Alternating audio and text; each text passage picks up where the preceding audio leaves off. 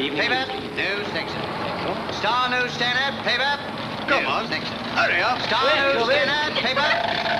Star news standard, paper.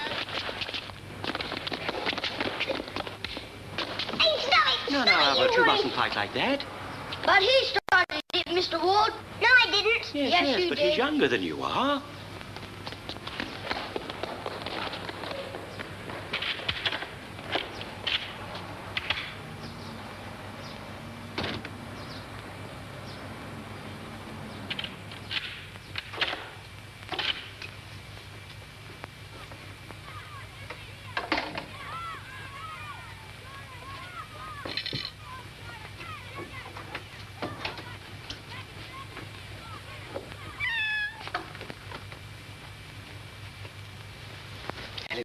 Dear, have you missed me? Yes, of course you have.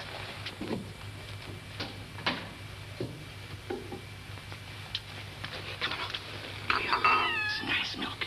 You like that, don't you? Here we go. Drink it all up. There's a good chap.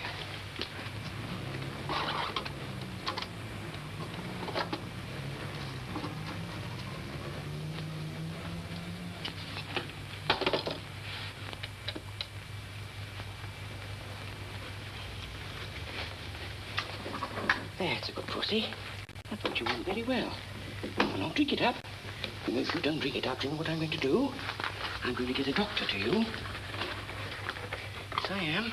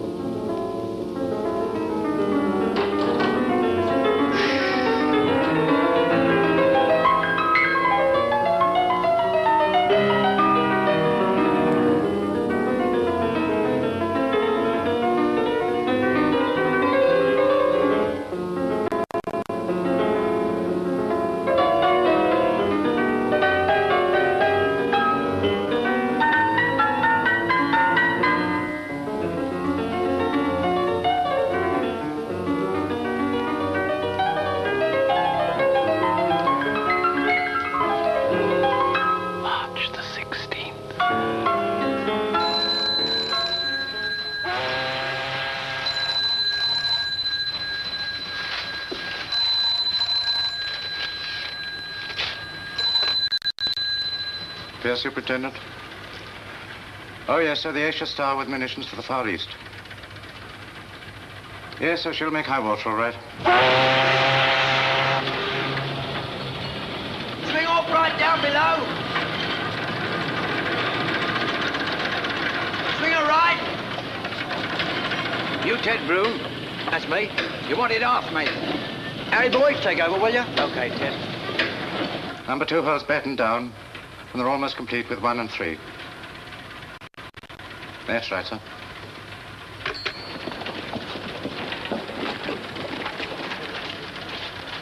Fire!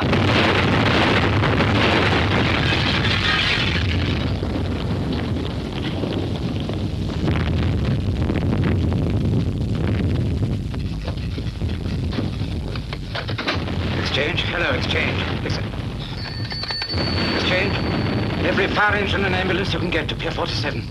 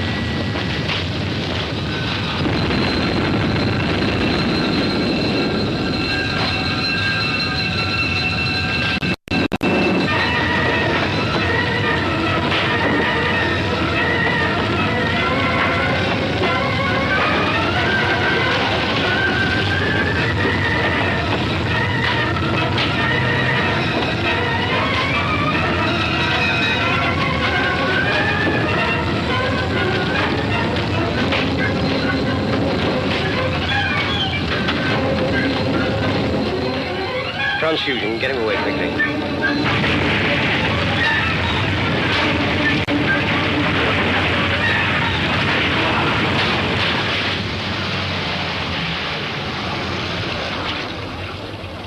Which pier, Sergeant?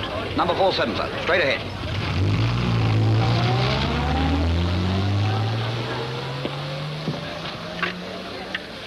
Who's the big shot? You better watch your step, young fellow. He's from Scotland Yard. One of theirs a special branch. Commander Robert Brennan. Is he? Sergeant Bailey, yes, sir. Commander's just gone through the gates.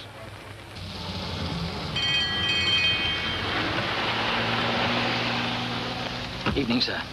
Hello, Hewitt. I haven't seen you for ages. 43, sir. Limpet bombs. That's right. You know Superintendent Folland, I expect? Of course, sir. Hello, Hewitt. This is Major Elliott, one of our experts from MI5. He's supposed to be helping us, or we're supposed to be helping him. I never know which. Could you help me with a suit of overalls, Inspector? I've come on this in a bit of a hurry. We'll fit you up somehow, sir. Thanks. Well, come on, let's see if we can discover how the fireworks started. What was his name? Broom. Ted Broom. I ordered a transfusion on the spot, but I don't think much of his chances. Was he able to say anything? Not a word. Let me see. You were the foreman in charge, weren't you? That's right. When did you start at load number 2 hole, Williams? 10 o'clock this morning, sir. Was anyone down there at any time? Apart from your own men? No, sir. No naval personnel? No. What time did you finish? 5:30, sir. Could anyone have got down there after 5:30? Not without going through the engine room, sir. You checked everything below before battening down? Definitely. And you were the last man out before the explosion? Oh, what's that got to do with it? Anyone could have planted it any time. Who could have planted what? Well, whatever's set the lot off. Well, they all say it's sabotage, don't they? Do they? Isn't that jumping to hasty conclusions? That's what I said to him, sir. Touchy cargo like that, anything can happen. Even spontaneous combustion? Definitely, sir. Thank you, Inspector. That's all, Williams. Okay. How about tomorrow, Mr. Gilmore? Shan't be able to use you till we've cleared this mess up a bit, Williams. Report to the office Monday. Right, sir. Go and send Brower in, will you? Right. Oh, Williams, Sir? I see from this that you came to London from Gosport. When was that? End of last month, sir. I see, thank you. I wasn't working the night the explosion took place down there, you know. Well, that's all right, Williams. How exactly did that shipment come from Woolwich Arsenal? Army lorries in convoy, non-stop. This didn't take long. Not content with just a detonator, they make sure of the job by using a time bomb of sorts. Yes, I shall have to have another chat with our friend Williams. Very like the Plymouth job. Keep an eye on Williams, Alec. I shall. All right, John, see what else you can find. Sir?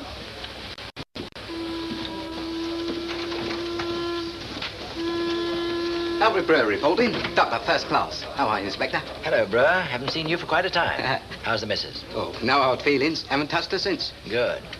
Now, Brewer, we're trying to find out how this happened. Oh, well, my theory is this, Inspector.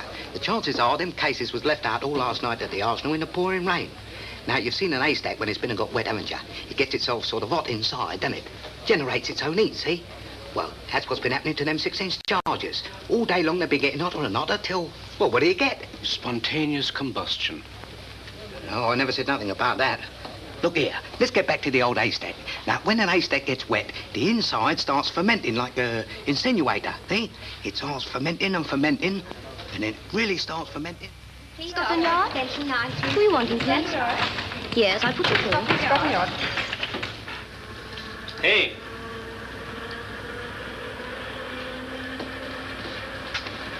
Have either of you gentlemen ever realized that the one reliable guide to the economic state of the nation is the content of the British sausage? You're taking a very gloomy view of things this morning, then? You would if you'd eaten one of these. And you can keep that window shut, Alec. I've been going through these reports on the Warsaw meeting John brought from MI5. Both say we can expect another show of military pressure in Europe any time now, but one also suggests that to keep us occupied, we're in for some more trouble here. Are they reliable? Both agents have been turning in good stuff up to now. Means more strikes, I suppose. Expect those in any case. Could mean bigger and better explosions. It says here it's not only to be something big, but something new. Something new. Come in. Oh, good morning, Robbie. Good morning, sir. Gentlemen, this is Commander Brennan, who is heading our investigation. Robbie, you know Grant Mansfield. I do. He's here as legal advisor to the union. Oh. Mr. Phillips, Mr. Matthews, who represent their union executive. How do you do? Sit down, Robbie, won't you? Oh, please carry on, Mr. Phillips. Well, Sir James, as I was saying, we dockers feel we're not getting a fair break. These explosions have been happening on and off for some months now, and each time the newspapers come out with stories suggesting our men are mixed up with them. Look what they're saying about last night's explosion. Oh, come, Mr. Phillips, you're not going to hold us responsible for everything you read in the newspapers. Well, how do you think we feel? We're losing our own mates, and on top of that, we're being held responsible. Not by us, gentlemen. And perhaps you'd care to tell us why you've got your men down there planted amongst us. And also, perhaps you'd care to tell us where the newspapers get their ideas, if they don't get them from you. I assure you they don't get them from us. Then why don't you tell the press that all these stories about sabotage are untrue? Look, gentlemen, supposing there are men in this country, Englishmen like you and me, who are prepared to kill and be killed, who are prepared to use any means whatever to achieve their political ends, what then? Then we think you should prove it. If I may intervene for a moment, I'm sure you understand the natural anxiety of my friends here. You see, and I'm forced to tell you this, no proof has been produced in support of these wild charges. And in the absence of any authoritative denial, the men are becoming increasingly reluctant to handle these cargoes. You mean they're likely to strike? I fear it may come to that. That's why we're here, Sir James. We don't want that to happen. Well, I certainly sympathize with you. But unfortunately, we're not in a position to make the sort of statement you require at this moment. And shouldn't these gentlemen be talking to the Home Secretary, sir, not us? I am responsible for that, Commander Brennan. I had hoped that between these four walls, the Commissioner could give us an assurance that would make a formal approach unnecessary. However, goodbye, Sir James. Goodbye, Mansfield. Goodbye, sir. Goodbye, Mr. I'm Phillips. sorry we haven't got very far. Yes, I'm sorry, too. I think I know you're working quite another field, Brennan. Didn't I read a monograph of yours recently on Greek ceramics? Oh, really? Yes, it's a hobby of mine. Nonsense, you're quite an authority. You must come and see a black-figured Etruscan vase I have sometime. Yes, I'd like to very much. Drop in one evening. Thanks. I promise Goodbye. you we're doing our best to clear up this whole business. Good morning, Commander. Good morning.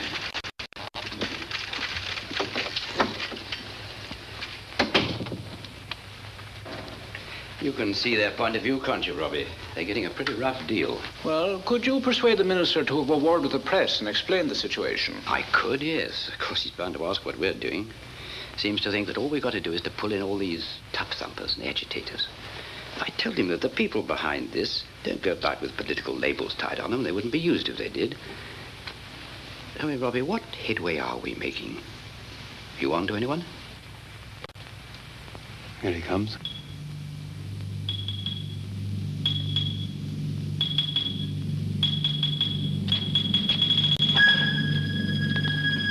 Off you go.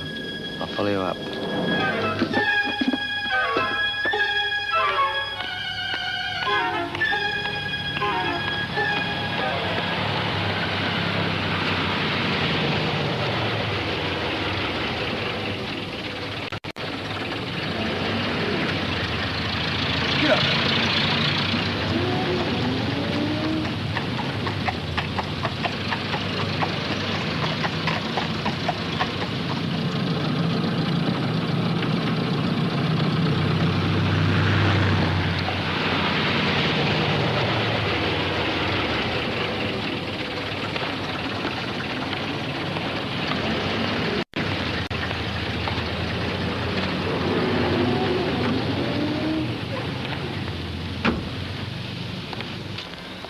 Come along, Dal. There's nothing there for you.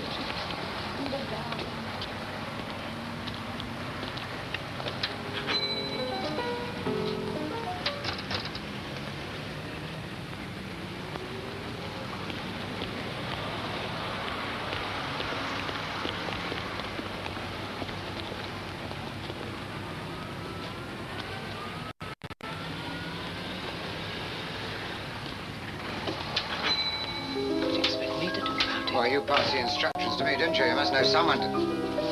Oh, I wonder if you... Well, keep me a moment, sir. Come in here, will you?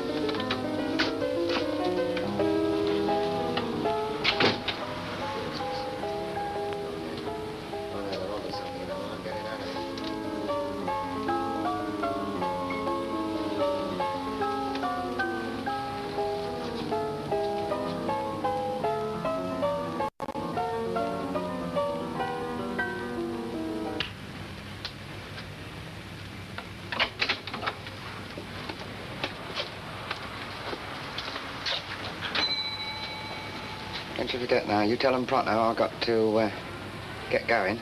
Okay? Okay. Do you happen to sell luminous paint? Hey? Luminous paint? No. No, sorry, we don't keep it.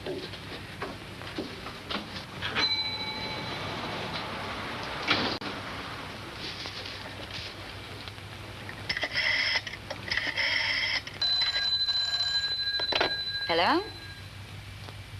Yes? Oh, that was very foolish of him. I see. Well, I shall have to find out what can be done. Of course we shall try to help him if we can. And now don't worry any more about it.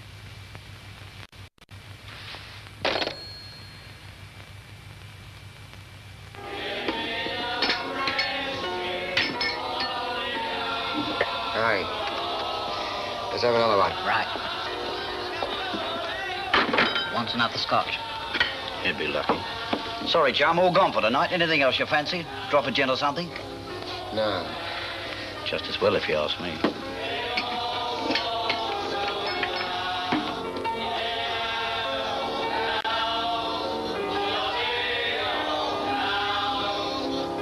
Oh, can't you shut that blasted row?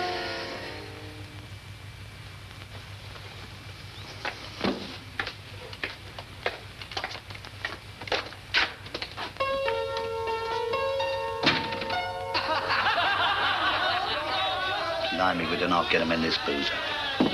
Night. Good night, Captain.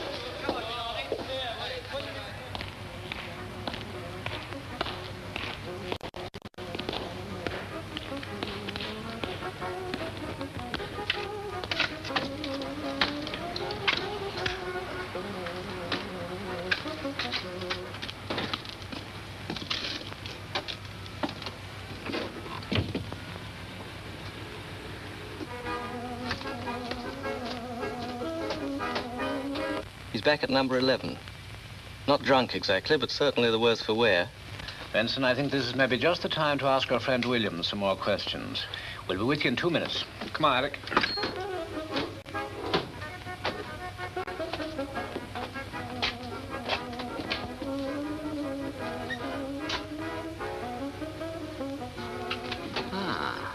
Who are you? Well, what are you doing here? I have come to help you. They told me you've got to get away. Isn't that right?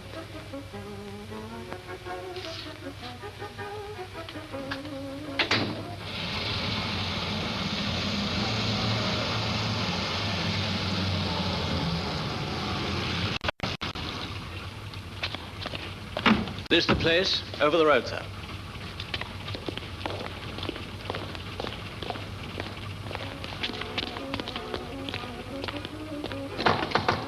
Where's his room? On the first floor landing facing the stairs, sir. Yes? Good evening, madam. We've come to see Mr. Williams. Well, this is a fine time to call, I must say.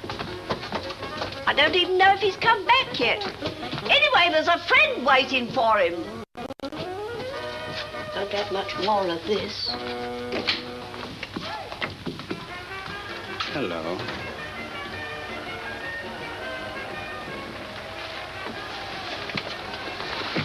Benson, get a doctor and ambulance quickly. Alec, where's the missing visitor? Alfred! Got a phone here, missus? No, I haven't. And I'd like to know what you think you're doing. What is it, my dear? There's something going on in this house. This closet window's wide open, Robbie, with a 4-foot drop onto a coal shed or something. It's an easy getaway. Now, look here. I don't want any trouble with you, but I'm sending for the police if Madam, you we don't... are the police. What? Quickly now, this friend of Williams, when did he arrive? Well, just past 9. He said he was expected, so I let him wait in the room. Wasn't that right? Would you recognize him again if you saw him? Well, I think so. How was he like? Well, he was big, just like my poor husband before his fall, except he was dark and foreign-looking. But gentlemanly, mind you. He had a collar and tie on. I'll just take a look at the body. Body? What body?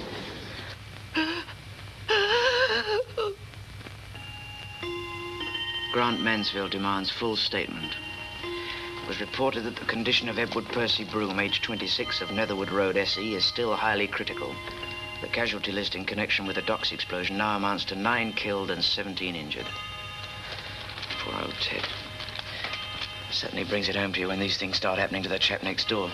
Cold-blooded murder, that's what it is. I'd like to lay my hands on just one of them. On now. There we are. How is he, Mum?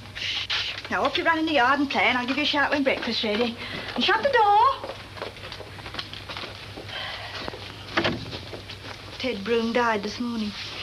Told Mary I'd give her a hand with the kids until her mother gets here. It's terrible for her. Anything I can do, Mum? No, I don't think so, thank you, dear. Well, Jimmy, you've only eaten half that kipper. Wasn't it all right, dear? Oh, it's okay, Mum. I just didn't feel like it. Well, you can't work with an empty stomach. Now, drink up your tea. There's a good boy. The mother's got to come all the way from Cornwall. I think she'll be travelling half the night. Well, I think I'd better get up and nap, eh? Hope he's not going to upset himself over poor Ted. No, I think it's come as a bit of a shock, Mum. He used to spend quite a lot of time down at Ted's, didn't he? Yes, he did.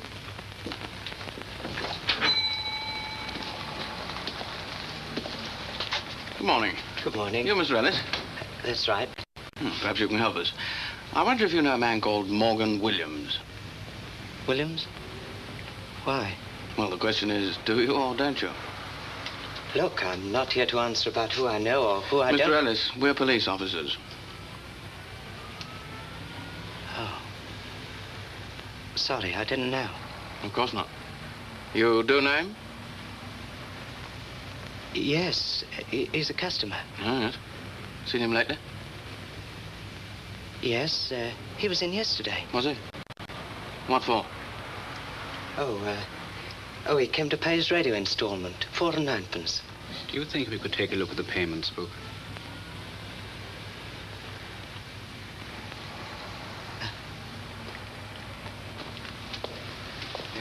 Excuse me. You got a piece of wire handy, Jimmy? Oh. Excuse me, gentlemen. So. I just can't think where I put it. It should be here somewhere. Oh, don't worry. It isn't really important. Who was that gentleman? Oh, my brother. What's he been up to, Mum? Has he got himself mixed up in some sort of a fiddle? Of course not. You ought to be ashamed of yourself for suggesting such a thing. Your own brother, too. Here. I'm going out to see what they want. Mum, these gentlemen would like a word with you. They're from the police, Mum. Oh, nothing serious, Mrs. Ellis. Just a routine matter. Oh. Well, come in, please. Well, we better not be keeping you from your work, Mr. Ellis. You've been more than helpful. Thank you very much. All right, Al. Thanks. The fact is, Mrs. Ellis, we're trying to find out something about one of your customers, Mr. Williams. Your son tells us he was in the shop yesterday. Williams? I understand you're just back from the sea. What run are you on? North Baltic. Riga, Rostock, and Memel. Behind the curtain, eh? That's right. Yeah, the last trip we took with machine tools and precision gauges. Doesn't make sense to me. Just as bad as when we sold scrap iron to Germany and the Japs before the last lot. I only go in when my son is... Which is the musical one? Oh, that's Jimmy. He was always fond of a good tune, but I never thought he'd turn out so musical. Well, that's a very special record. Oh, yes. Belongs to the Musical Society. Jimmy looks after their gramophones for them, and he's always round there in his spare time.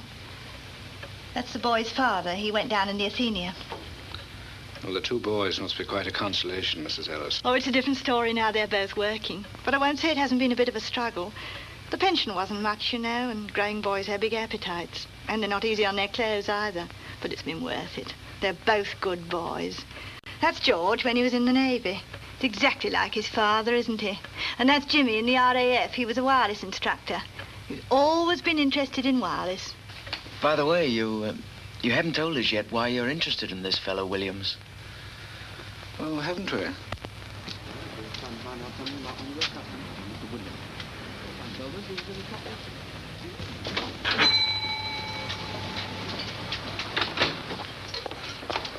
Morning, Jimmy. Have a look at this for me. Well, you dear, it's gone on strike again. Put me right behind for the whole day, it has. What's happened this time, Mrs. Bowers? Well, I was up for the weather forecast as usual, and as I goes in the bathroom, I says to Mr. Bowers, give me a shout when that kettle's boiling, I says. All right, he says. So, I finished out in the bathroom, and as I come out, I said, isn't that kettle boiling yet? No, he says it isn't even singing. Well, I says it should be by now. Well, it isn't, he says. So, I goes over to it, I puts my hand on it, and what do you think? It isn't even warm. Did he create? One thing about the old gas, you do know where you are of a morning. All right, Mrs. Bowers. Oh, thanks very much, dear. I'll call back for it in about an hour. Oh, thanks very much. Thank you. Good morning. Good morning.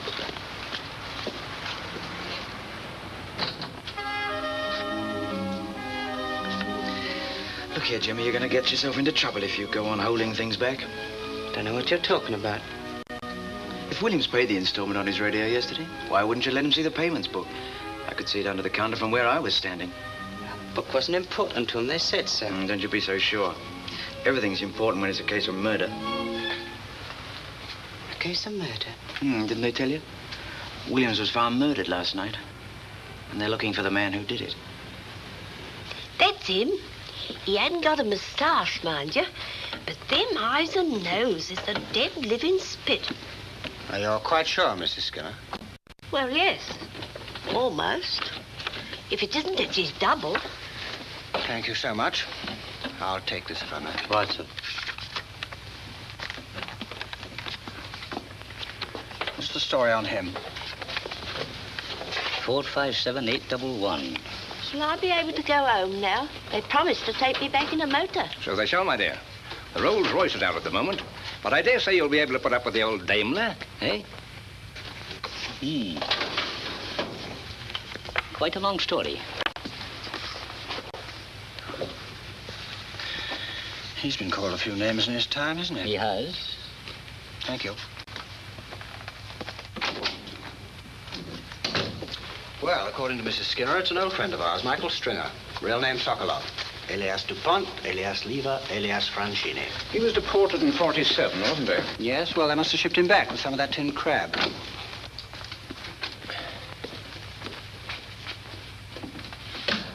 Shall I put out in all stations, Robbie? Look, the order for that shipment was put out only 7 days before the explosion. It was published in the docks only 48 hours before the loading. Now, what does that add up to? Well, I'd say pretty fast work on somebody's part. Exactly. They'd need more than 48 hours to set up a job like that. Whoever planned it had the full 7 days. It was the Ministry of Supply put out the order. We must go through that ministry with a tooth comb, John. Get a report on anyone who came within smelling distance of that movement order. Right. Now, what else have we got? There's Prince Charming. Ah, yes. Put out your call to all stations, Alec. Scout round his old haunts. Wherever he's been known to eat, drink, work, or sleep.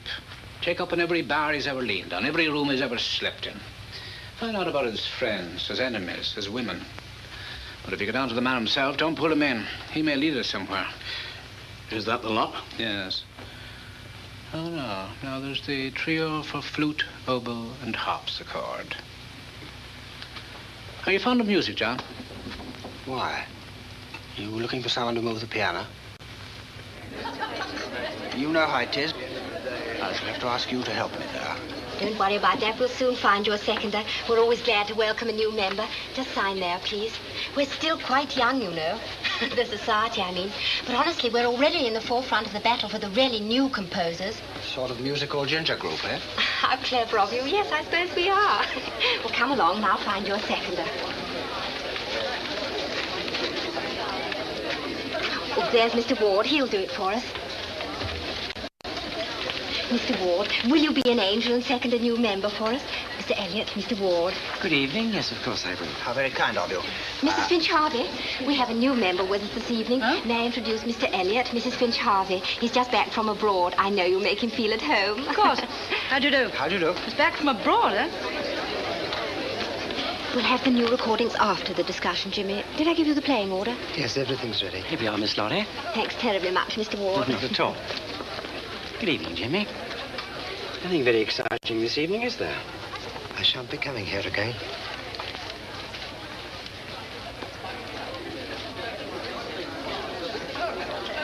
You fond of music? Well, of course you are, else you wouldn't be here. just the usual, you know, Bach, Beethoven, Brahms. Oh, great Scott, they cut very little ice here. As a matter of fact, I call them the 3 Bs. Rather good. Ladies and gentlemen, if you'll just take your seats, please. Yes, certainly. I usually sit working with comfortable.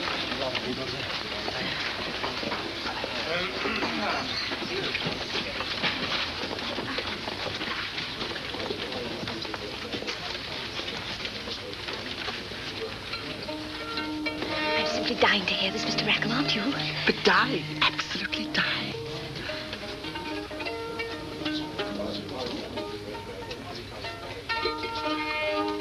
Thanks a lot, everybody. Now, tonight, as you all know, we're going to hear that very controversial trio of Miskowski's, his first and last, incidentally. I shan't say anything about it now. I shall be leading our usual discussion afterwards. Don't expect to find it easy right away. It's certainly intellectual. But beneath the cerebral, so to speak, there's loads of lyrical and lots of jolly good tunes.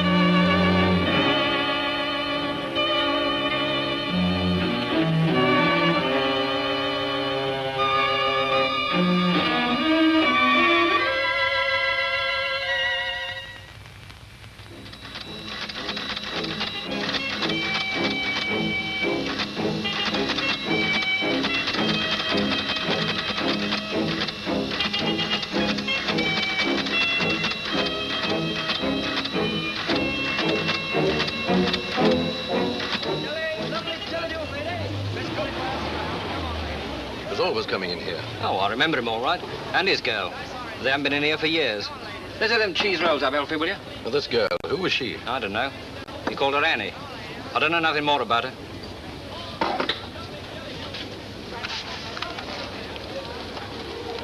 How about roast petrol for the 2:30, Elfie? No, not a chance. If I did know, I wouldn't tell you, so you needn't ask me. All right, Sam. We just thought he might have come after his old job again. Well, he hasn't. He was kicked out of this country 3 years ago by your mob. You know that as well as I do. Okay. In that case, I'll leave you to get on with the revolution, eh? Ta-da. Fascist.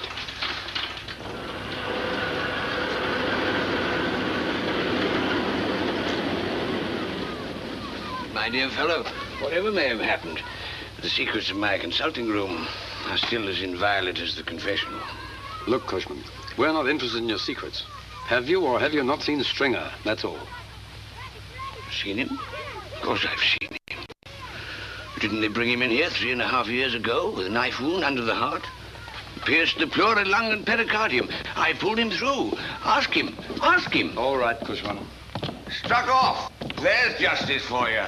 For one trifling experiment. But he'll come back. They all do. And if he does, my dear fellow, where shall I tell him to get in touch with you? Where? I said where?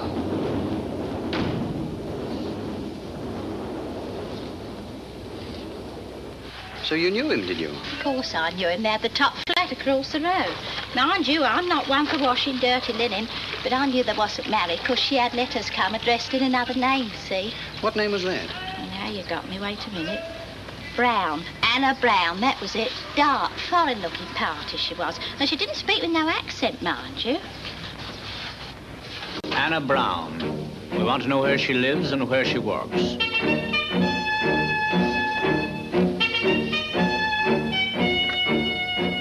Commander Brennan, please.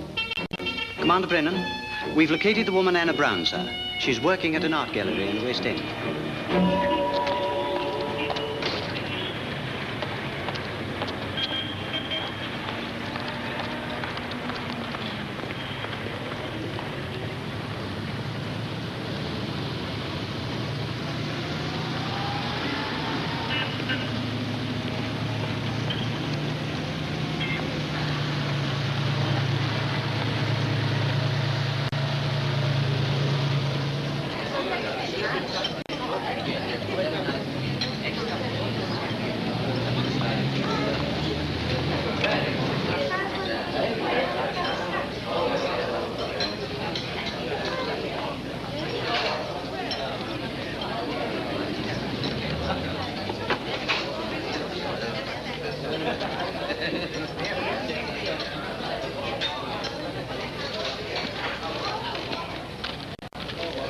Perhaps you'd care to look at this.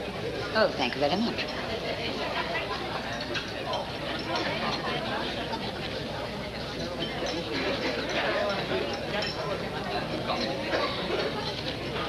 Excuse me, I think my bill is under your bag. Oh, I'm so sorry. Yes, thank you. Sir?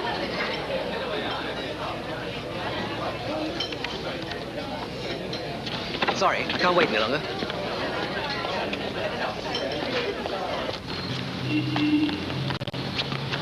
Well, excuse me. I don't know who you think you're pushing. I'm sorry, I'm in a hurry. Well, so am I. Manners.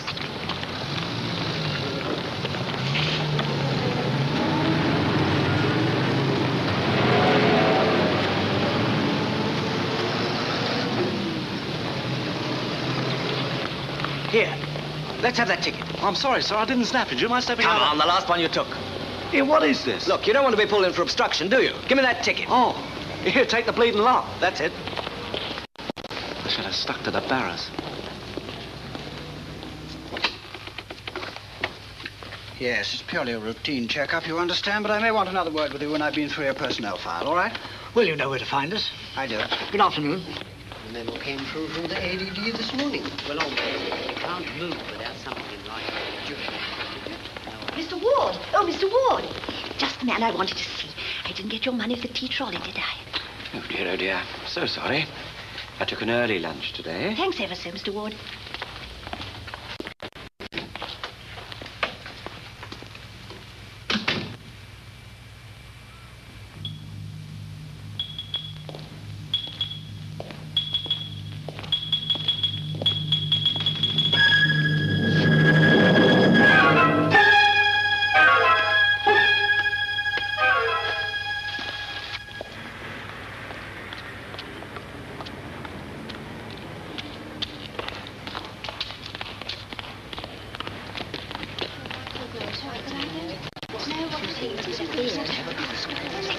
Quite a decent type, actually. Oh, I know you get along with him very well, don't you?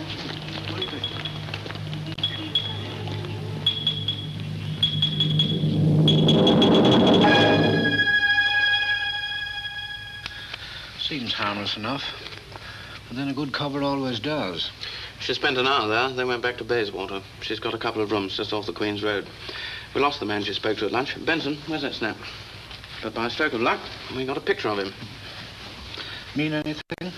Nothing in the files. How about the boy Ellis? He's hardly moved from the shop since we went there. We must have put the wind up him. Someone has. Robbie? Well? We've got something. Look, there's a chap at the Ministry of Supply in one of the departments that moved those munitions from Woolwich to the docks. Yeah? The same chap is also a member of the Elgin Modern Musical Society. What's his name? Ward. Percy Ward. Hey, wait a minute. Robbie, you've been holding out on me. Where'd you get this? Oh, don't worry about him. Tell us about this fellow Ward. But this is Ward. This is the man.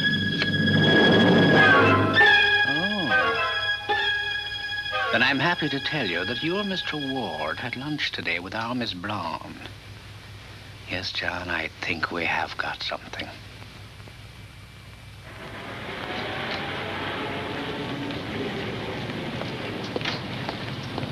Mum, what are they doing, Mum? Do be quiet.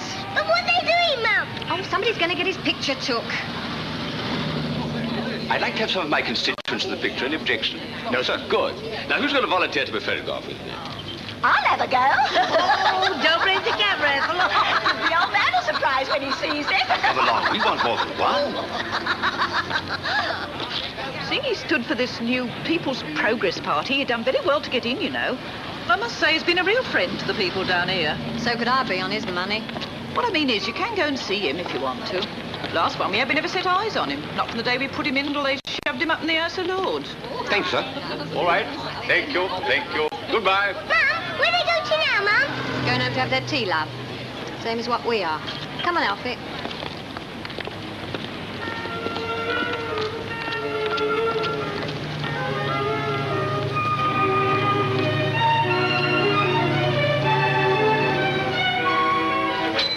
Here he is now. Hello, Jimmy. What are you... Can you spare a minute? I've got a message for you. All right. Come through, will you?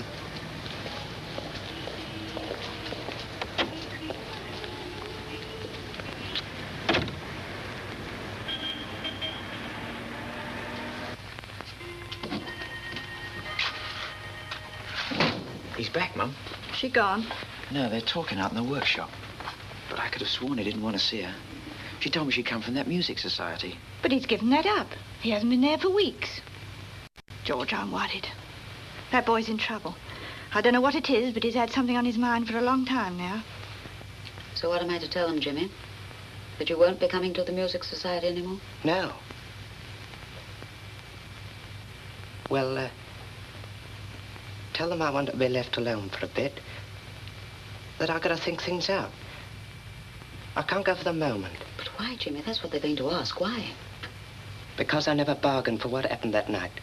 A pal of mine who lived next door was killed. Aren't you being a bit of a fool, Jimmy? You know as well as I do that we can't allow our feelings to influence our actions.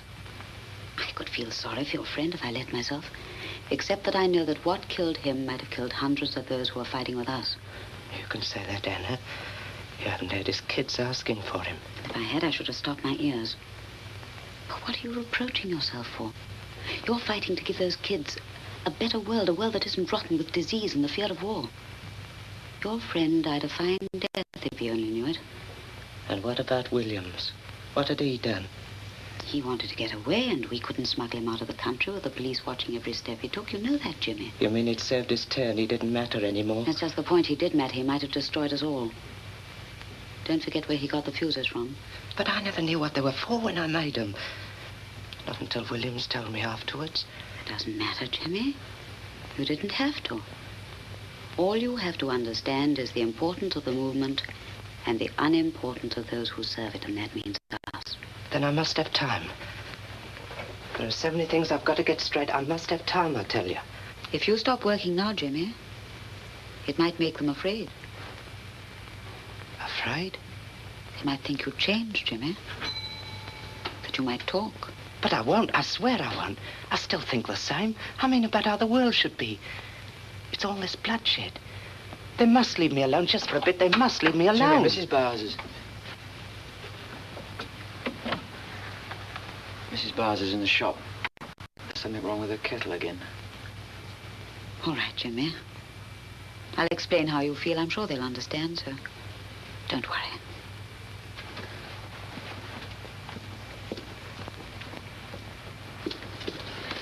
Jimmy, I don't know what you done with this kettle last time you had it, but I says to Mr. Bowers this morning, I says, be a dear and switch it on, I says. All right, he says. So he switches it on, and it gives out such a yell.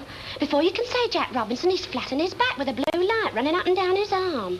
Oh, I've never had such a shock in all my life, and neither has Mr. Bowers. All right, Mrs. Bowers, I'll do it as soon as I can. Oh, we'll be grateful, dear.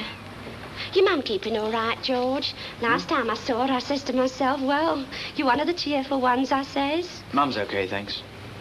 Well, ta-ta. I can see you're both busy. Goodbye, Mrs. Bowers.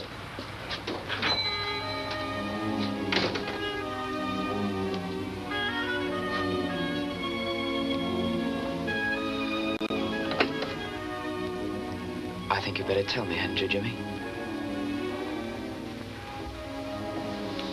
What's the matter with you? Every time the shop door goes, you nearly jump out of your skin. You're scared of something, aren't you?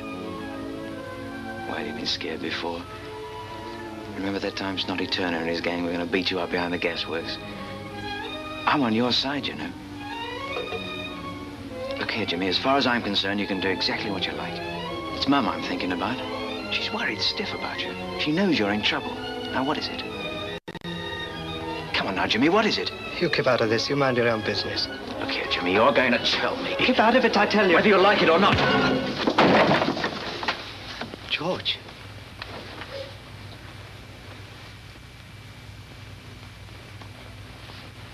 George. George, I'm sorry. You're right. I am in a jam. I do want you to help me. It's just that I don't know how to tell you.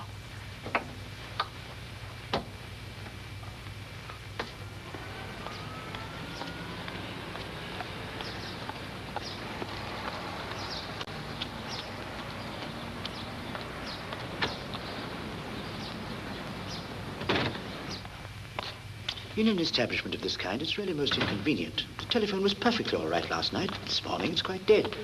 Ah, Miss Brown, I shall be taking you in number 1 study today. You may go straight up if you like. Thank you, Mr. Wells. I'm afraid I shall have to leave you to get on with it. I have a lesson at 4:30. The telephone's in my study there. Don't you worry, sir. We'll soon find the fault. Really good. Poor old Dad, eh? Just bring in that old box of tricks, Andy, will you? Sure.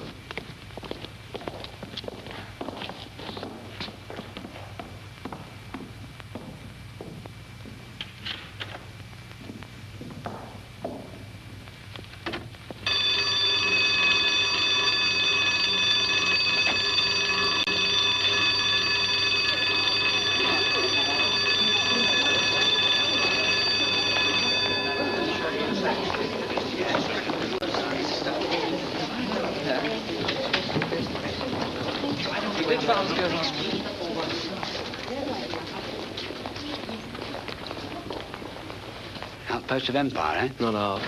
Fix that outside cable now, Andy, will you? Okay. That's the idea.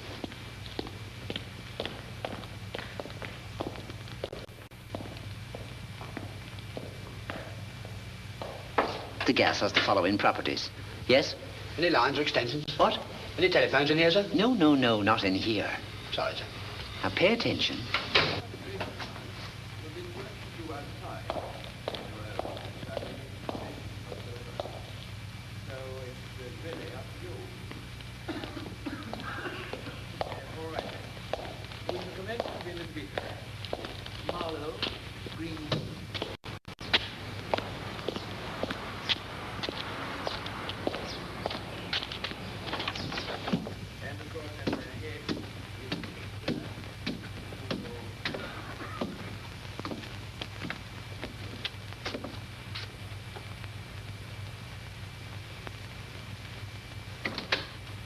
Yes?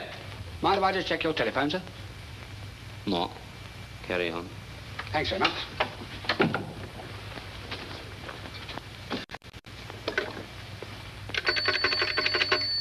Well, you got the dialing tone all right? Murder, isn't it? Hello? Can you hear me, Mother? Monday, Tuesday, Wednesday, Thursday, 1, 2, 3, 4. Hello, can you hear me? There's a good line up here.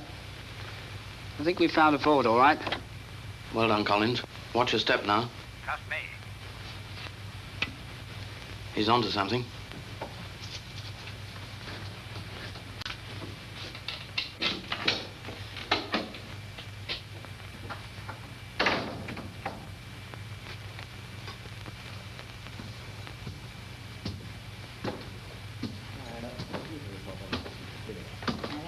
This afternoon and asked him why he hadn't been to the Music Society to receive further instructions. What did he say?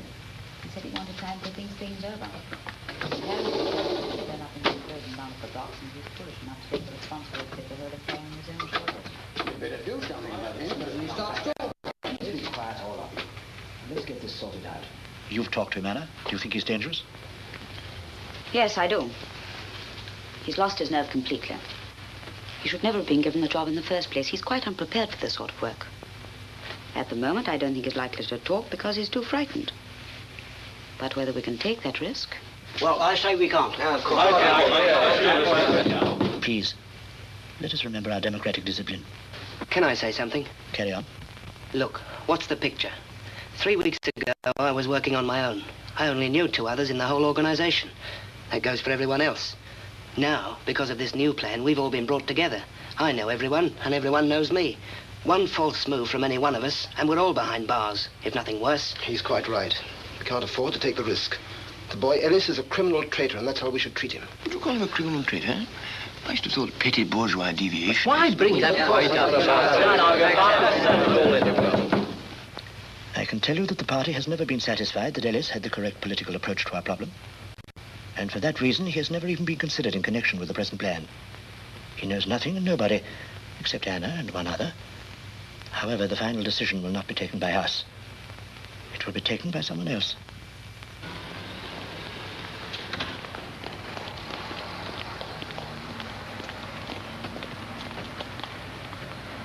Nothing else. The top of the house is completely shut off. Right. Off we go.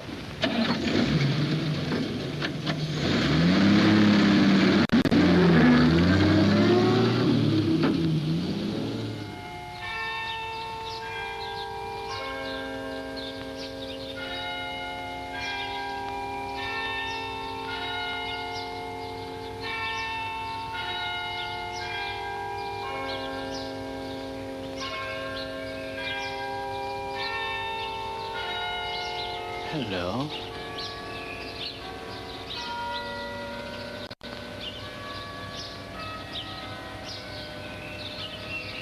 Alec, do you see what I see?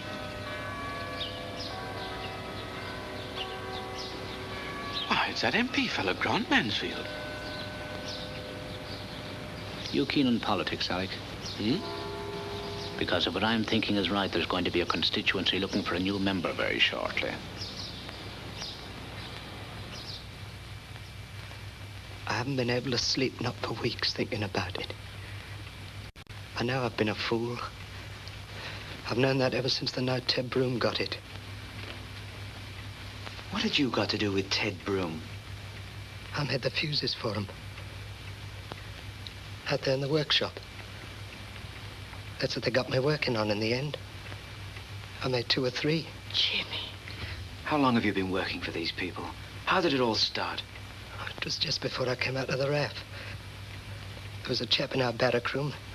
Got friendly with him. Used to go to meetings. I know it sounds daft, but what they told you was something I felt you could believe in. Then one day, when I was on orderly duty, they asked me to get some bit of information. Wasn't important. Didn't really want it, they told me afterwards. Just wanted to test me. But you got it. Yes. Don't you see, Mum?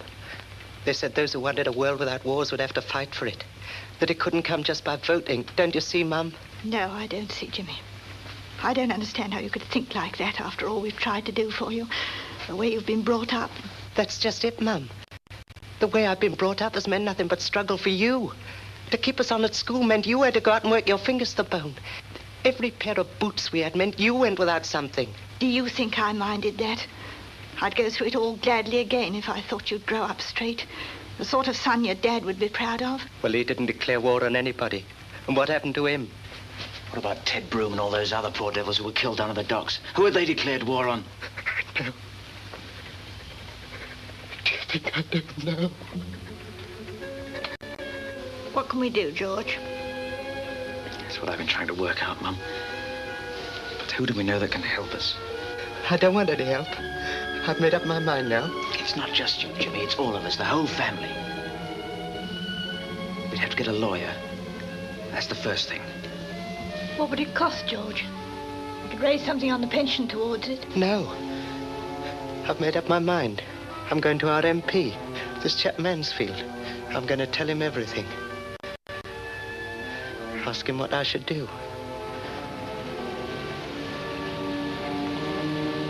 Follow me, please.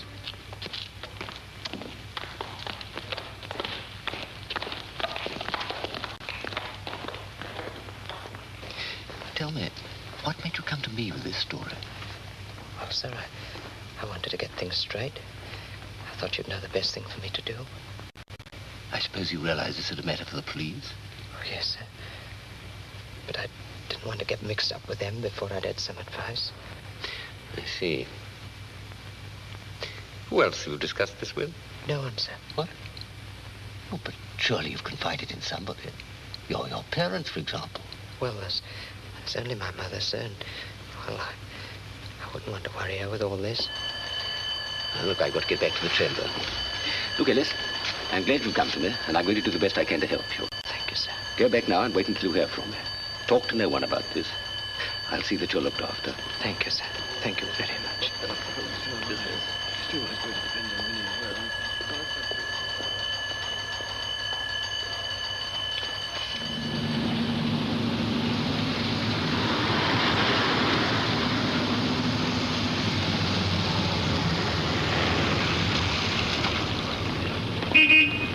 Excuse me. Could you put me on the road to Gravesend, please? Gravesend? Yes, I've got a map here, but I can't quite follow it.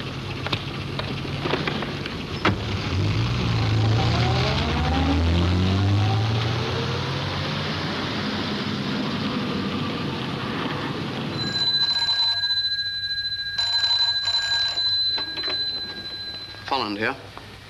Yes? Where? Lambeth Bridge? Yes? Yes, what's the number? Right. That boy Ellis has been to see Mansfield at the House of Commons. Yeah? Spent half an hour with him, and when he left, he was picked up by a car on Lambert's Bridge, and we lost him. Find out who owns that car, will you? Yes, sir. Alec, there's something afoot. Something important brought that boy out. I'd like to know what it is.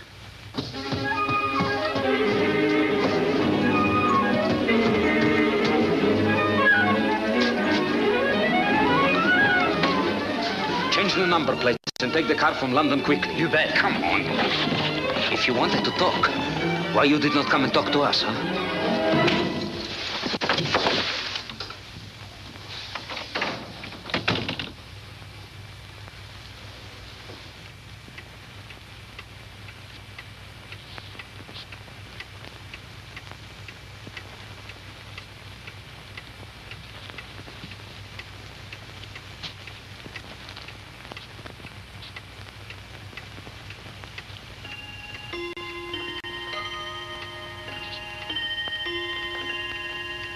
You don't think he'd be staying the night with some friends? Oh, no. He'd never do that without letting me know. And you've no idea where he was going when he left here this afternoon? No.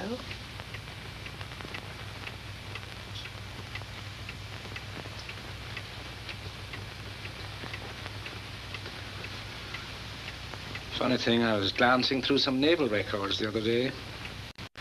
You never told me your husband won the DSM, Mrs. Ellis. He must have been a very fine man. Mum.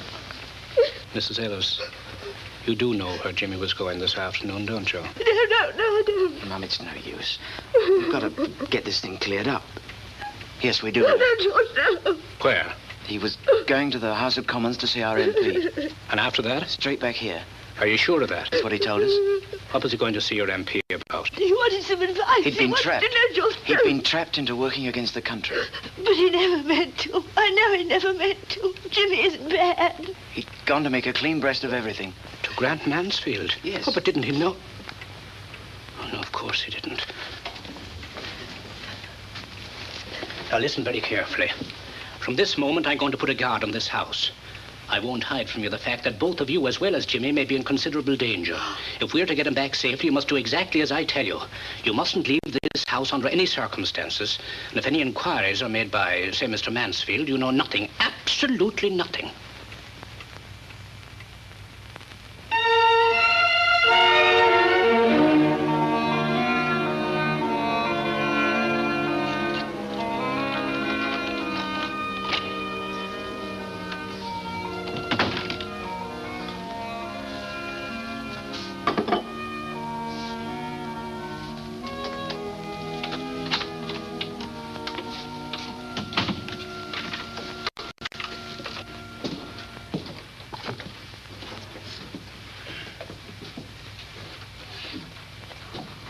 Hello. Why don't we get rid of this kid, huh? We shall when the present job's done. Until then, he's safe enough where he is. He would be safer dead. My dear Stringer, in this country, we haven't yet the incomparable advantage of a sympathetic police force. To dispose of a body, that is, without the cooperation of an undertaker, usually leads to most embarrassing inquiries. You're too much the man of action. What of it? I take my orders from the movement. If there is any trouble in Spain or France or Mexico, I go if the party orders it, and I worry about the risk afterwards. You know, you in this country are a joke. You sit around spinning words and talk of nothing but the risk. My dear chap, how can I begin to explain the difference between what you can do in Mexico and Spain and what you can do in a country like this? The movement varies its methods according to the political and historical development of the country concerned. Ah, the trouble with you is you're just a bourgeois intellectual. Why you don't wake up, huh?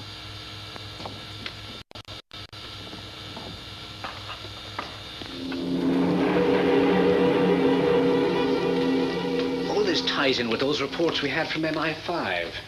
If Mansfield's the man I think he is, then we're onto something big. He's not fishing for tiddlers. That man's after one thing and one thing only, power. And we haven't much time.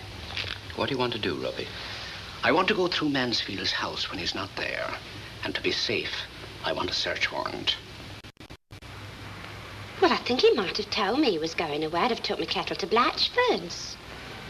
He hasn't been called up again, has he? I was only saying to Mr. Bowers this morning, all these war scares, I said, what do we pay the politicians for, I says. But, my dear fellow, as I told the Director of Public Prosecutions, I'm paid to protect the individual from the state just as much as I am the state from the individual. I can't possibly send you off to get a search warrant on that amount of evidence. Supposing you found nothing.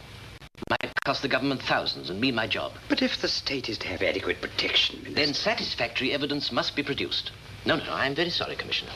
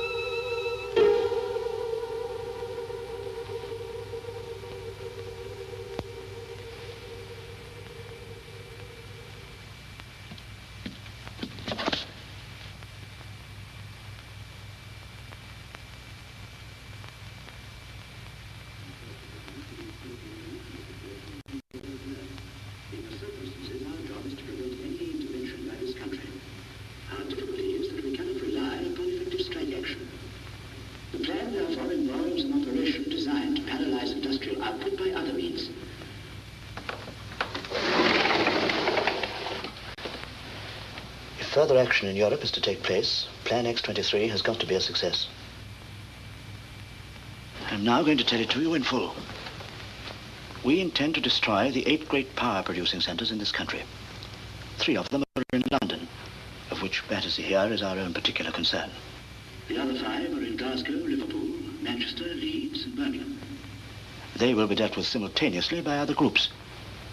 You can see what will happen. Heavy industry will be crippled. Mills stopped. Armament and shipbuilding impossible. In a word, this government will be unable to resist our demand for a people's peace. The date is May the 7th. The time, 1:30 hours. All preparations must be completed 1 week from now.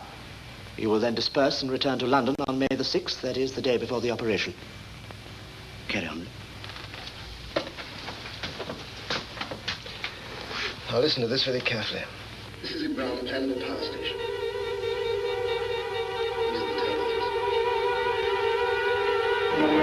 How long will you need to settle the charges? About an hour. And the night shift have got to be kept quiet while you do it. Right. How many operators work the night shift? About 15 in the station itself. But once we've moved in, we'll... Look. There are 4 doors leading into the station.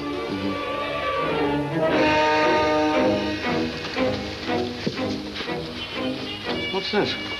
Total mobilization? We have a saying in Ireland that he who sees the dawn catches the herring. They have a saying in China that he who goes to bed early to save candlelight begets twins.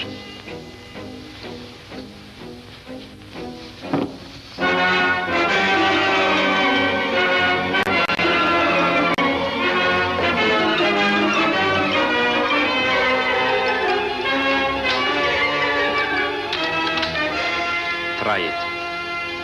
But tomorrow's the 4th of May, and it'll be 2 weeks since Jim disappeared. Surely there must be some clue. How about that car, for instance? It was found 150 miles from London. There was no driver, no Jimmy, no fingerprints, nothing. The whole area was combed and recombed, still nothing. Mr. Ellis, I think I know how you feel, but every station, every policeman in the country has a description of your brother and is on the lookout for him.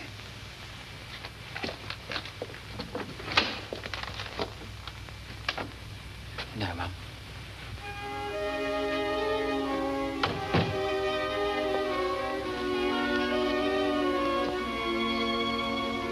Come along, George, dear. We'd have some food.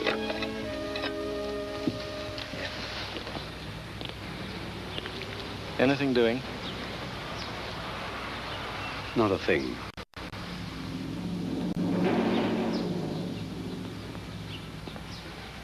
The War House and the Air Ministry have agreed to double the guards on all existing defense installations. The Ministry of Works are considering it. They think we're scaremongers. I don't mind admitting, sir, that I'm most uneasy. The fact is, Robbie, this is supposed to be peacetime. We simply haven't got the resources to guard everything. How about a raid on that tutorial college, sir? No. There's been no activity there for days, and frankly, I don't like it, sir. No, neither do I, Robbie. Chances are we should only pull in Stringer and that fellow Wells and put the others on the alert. I dare say the truth is we've slipped up somewhere. They know we're onto them and they're lying low. Well, they've completed their plans and are ready to act. How about our friend Mansfield? An odious example of selfless service to the community. Read it out, John. Fourth, lecturing Working Men's College, Birmingham. Subject, law, order, and politics. Fifth Parliament all day. Opens New Boys Club in the evening. This morning, May 6th, Parliament again. And tonight, guest of honor at an embassy reception for the Society for the Promotion of our People's Peace and Culture. I'll give you one guess which embassy it is, sir.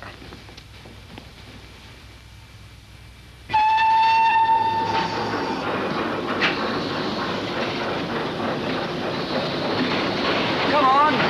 Come on!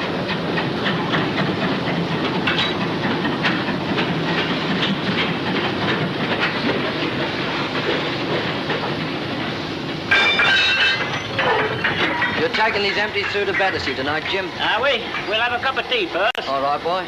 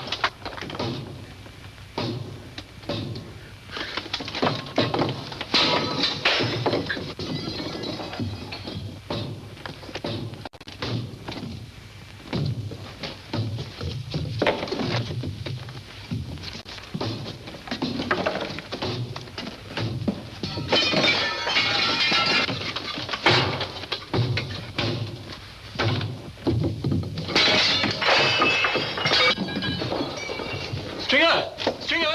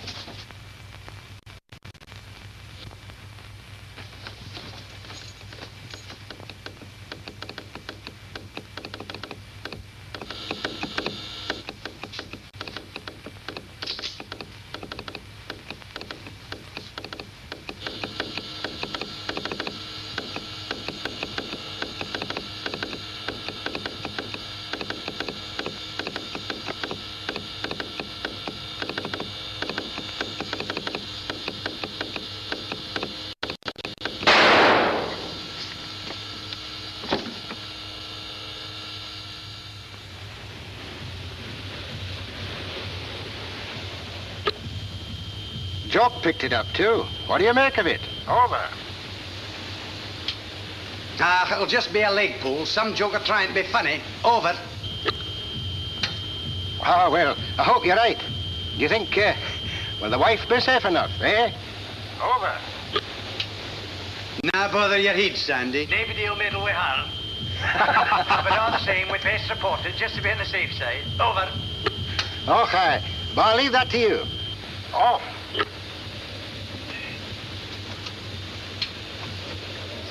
Hello, Aberdeen. Hello, Aberdeen. Right.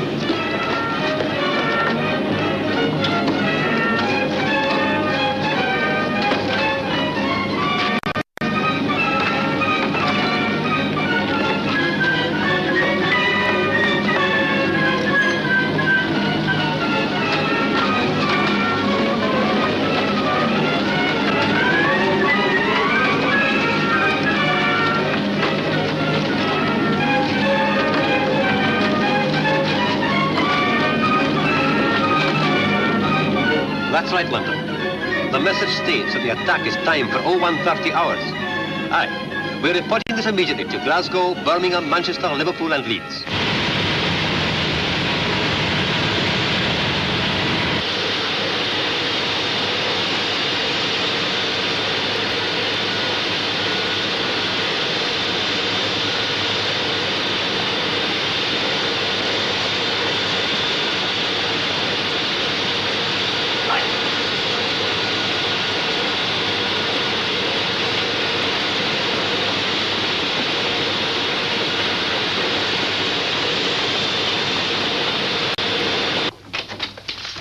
Robbie, quickly, Robbie. The balloon's gone up. They're off the power stations tonight.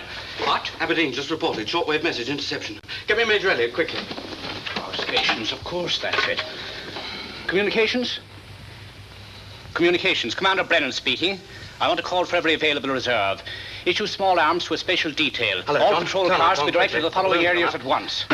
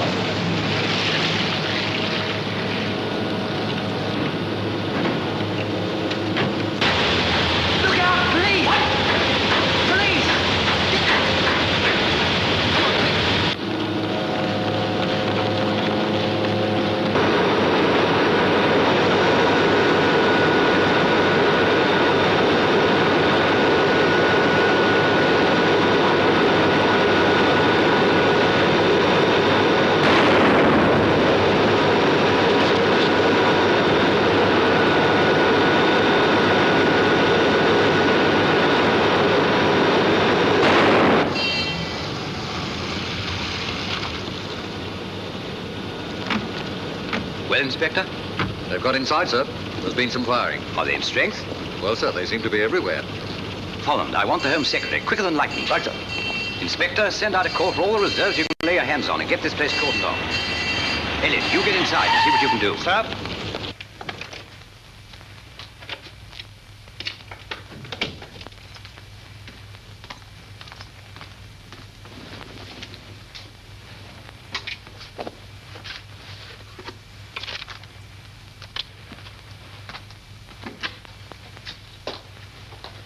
Ah, Mansfield. What is the meaning of this? Don't you remember? You invited me along to see this Etruscan vase of yours. I remember asking you at some time convenient. Oh, it was some time, was it? I thought you said any time. What beauty. What was it Voltaire said? Perfection walks slowly, hand in hand with time. To think that such beauty was a commonplace in homes nearly 3,000 years ago.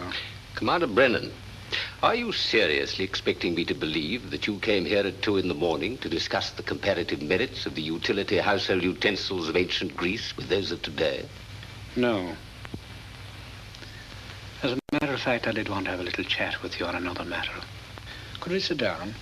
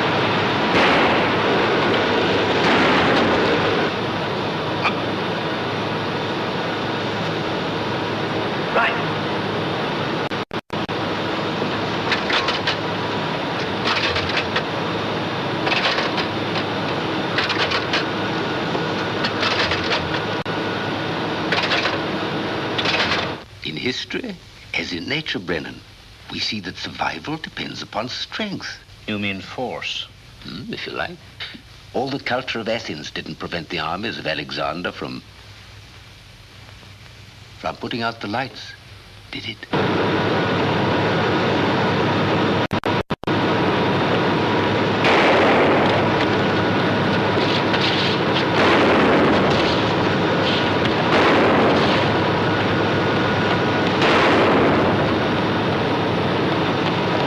All right, you can open. Good man.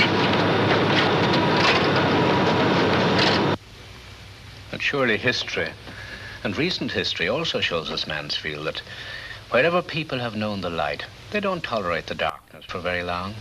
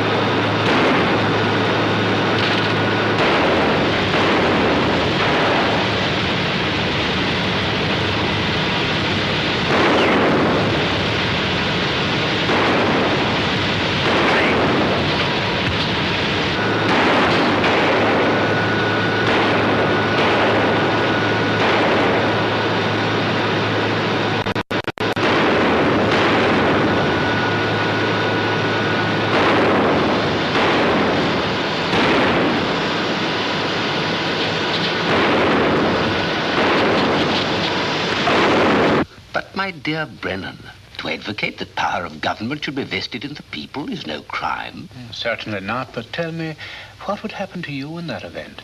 Ah, yes, I see what you're driving at. The people must have leaders, Brennan. Naturally, I should expect to lead them. Most interesting. Overthrow the elected government, substitute, shall we say, the people's will, that's yourself and your associates, and call it democracy. Well, that's certainly one road to power. And it is power you want, isn't it, Mansfield? Personal power. Shall we drop this little game, Brennan? What have you come here for? What do you want? Evidence. And you, Mansfield, you're under arrest.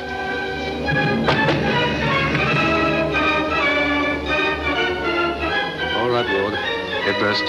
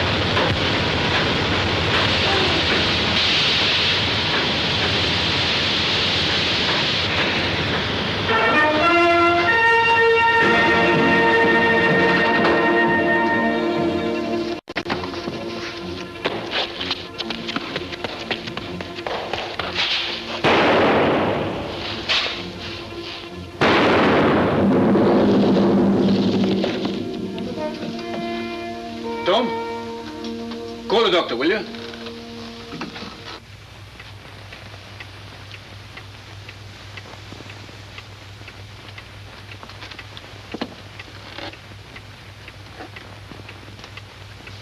How did it happen, Joe?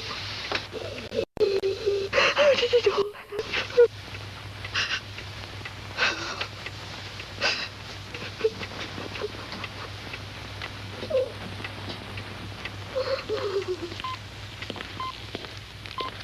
You carry on back, Johnson. I'm going to walk. This is the BBC Home Service. Good morning, everybody. Here is the 7 o'clock news. During the night, there were short interruptions to the electricity supply in various parts of the country. The British Electricity Authority apologized to consumers for any inconvenience they may have suffered and add that the causes of the interruptions are being investigated. The visiting Australian test team arrived by air at Heathrow last night. In a short speech of welcome, the MCC president said, "Twisting the lion's tail is quite a popular present-day pastime. Of all those who attempt it," he added amidst laughter, "visiting cricketers are the only people whose efforts we are prepared to view with anything approaching sympathy."